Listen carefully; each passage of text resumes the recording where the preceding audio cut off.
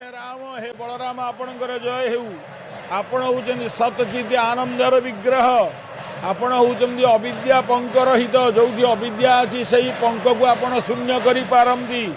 एवं निर्मला कृतये नमः